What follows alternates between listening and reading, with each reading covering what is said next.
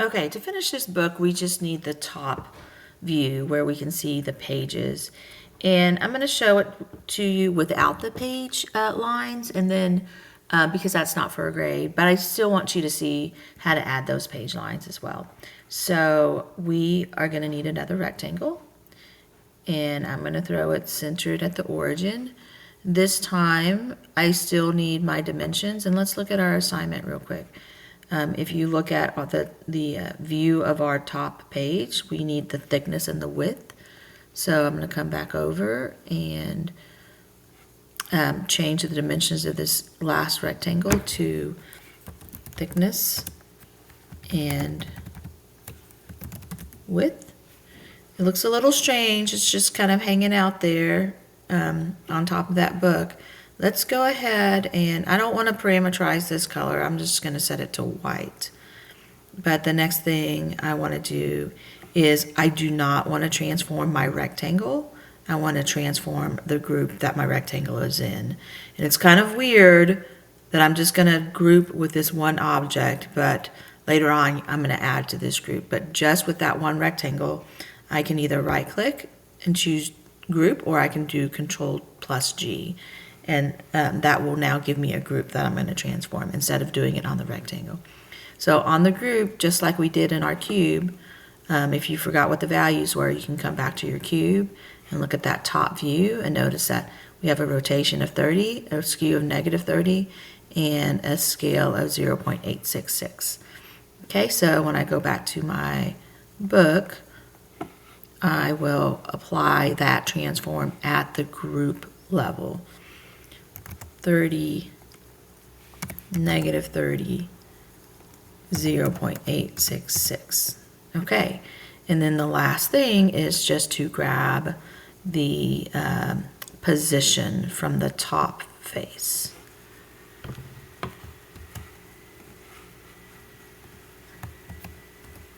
Okay, now we have a properly placed pages that will grow in width with the front cover, and it will grow in thickness with the spine. Okay, so just for grins, that's really all you need for the assignment, but let's see what it's going to take to add pages to this. And it's easier to design it with this transform off. So I'm going to go to group 4, and I'm going to turn that transform off so that I see that rectangle. Okay, so I want to take this line, and I want it to be at the top and not quite at the bottom, but really, really close. Okay, and then I can apply this thing called a linear repeat. That ran off my page, but I can go to my linear repeat and look at the displacement and get it back onto the page.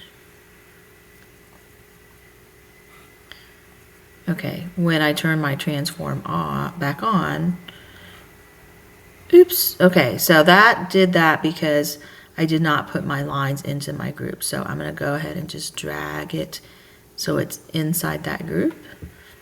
And then now those lines got transformed with that top page rectangle.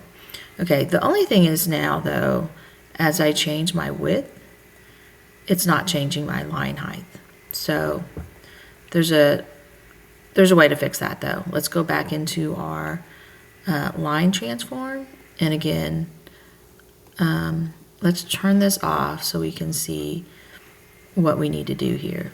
Okay, so on the line, right now they're just static lines with the position, but instead of making it static, I want to make the Y position reach all the way to the top. And because my width is 6, it's actually going to be negative width divided by 2. Okay, and the bottom line is the same. I'm going to do negative width divided by 2. Oh, wait. Oh, it's positive width, sorry. Divided by 2. Okay, and then on the X, I'm going to have negative thickness divided by 2.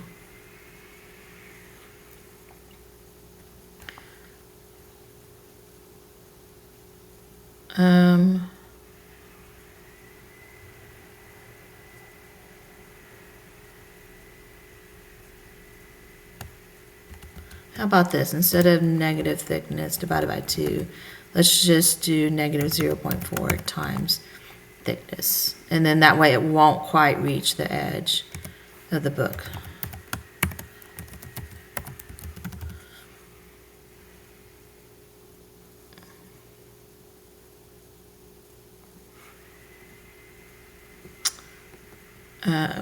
Okay, and then we'll turn the transform back on.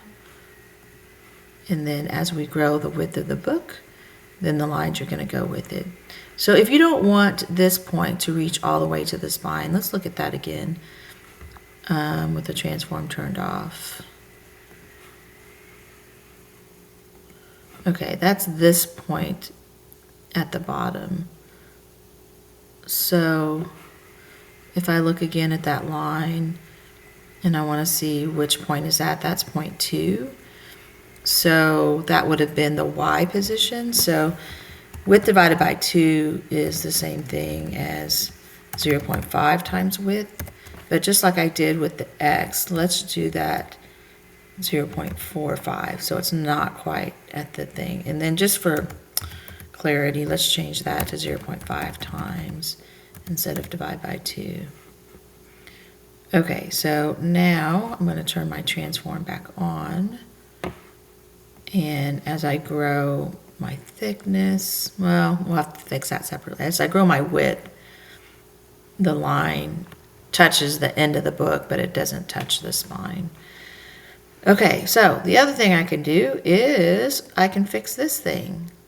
So on the thickness, I probably want those lines to distribute evenly among the thickness, and that would be the line's displacement. So instead of it just being 0.25, I'm going to take the thickness and divide by, let's see what dividing by 6. How about, that looks nice. Okay, so now I can move the thickness and I can move the width, and it still looks decent. So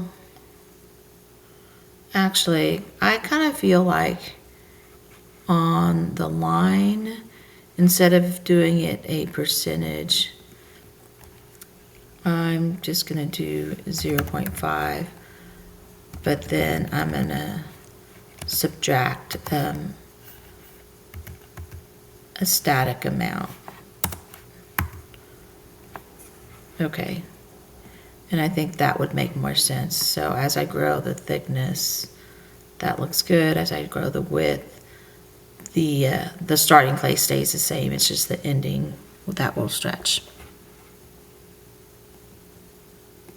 Okay, so to test your finished book, make sure it grows in both directions. And then the real test is if I create a new canvas here with a new component, I can drag my book I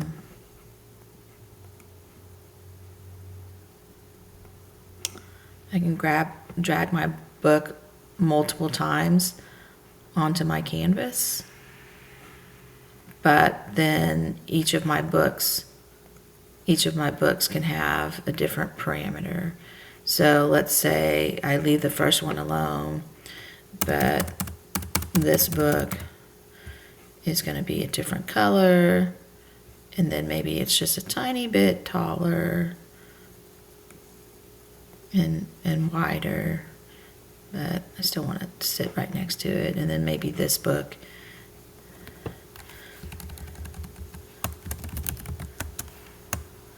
has a different title.